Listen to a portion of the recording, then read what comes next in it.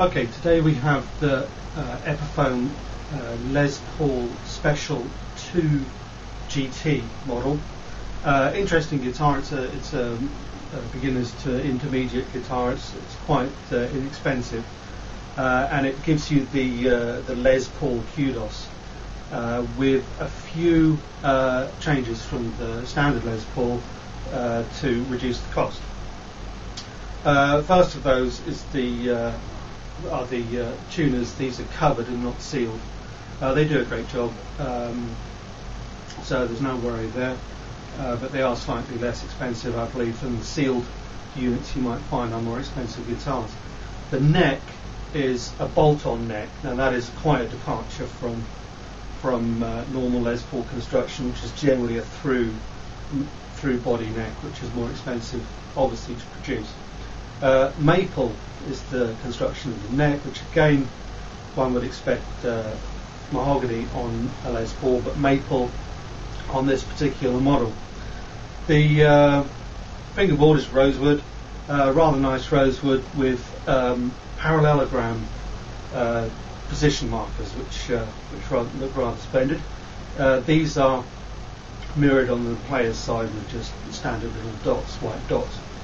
Moving down to the body, you'll see that it's a flat body. A Les Paul standard would have a carved top, curved top, which would cause the neck to require to be raked backwards slightly. This is a whole flat construction. It's much like a Stratocaster or a Telecaster. It's a slab bolt-on neck, everything on the same plane.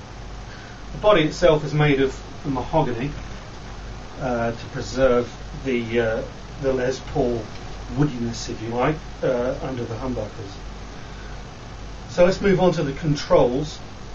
There's a little thing here, by the way, which you might see that you take off. That just warns you about something, which we'll come to in a moment. But that's just a little cardboard thing that needs to be ripped off when you've bought the guitar.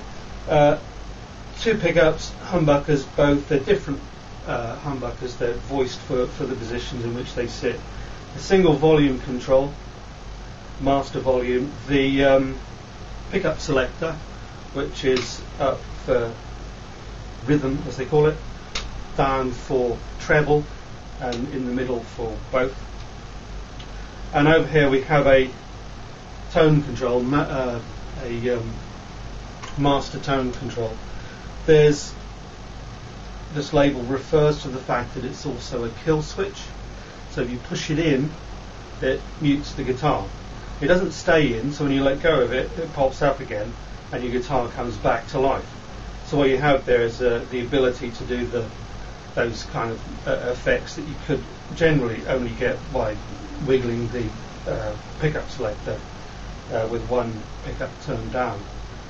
So that's quite interesting, especially on a guitar of this price range. The bridge again is a departure.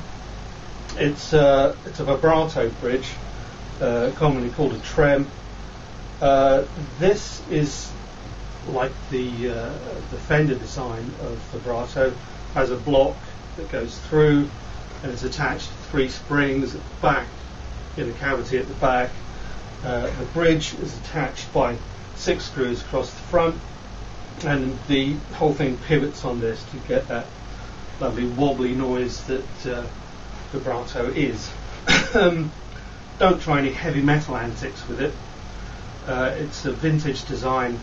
It won't operate in the same way as a Floyd Rose.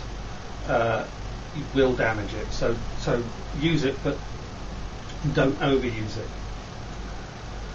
Okay, so how does it sound? Well, the pickups on budget guitars are generally a wee bit, they reflect the fact that they're on budget guitars. These pickups, to me, sound a lot better than the ones you would expect on a guitar of this price range. So we're already ahead of the game there. Let me just play you the combinations. There's the bridge pickup alone.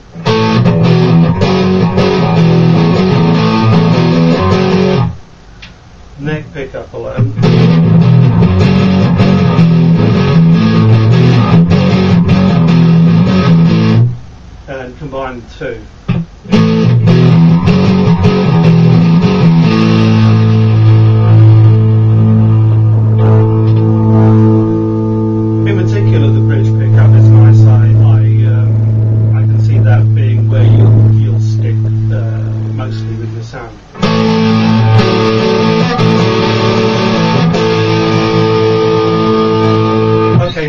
vibrato, what are you going to do with that?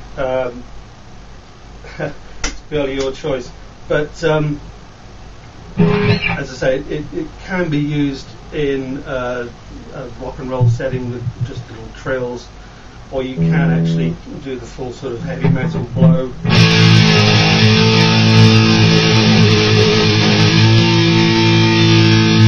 And then you bring in your kill switch.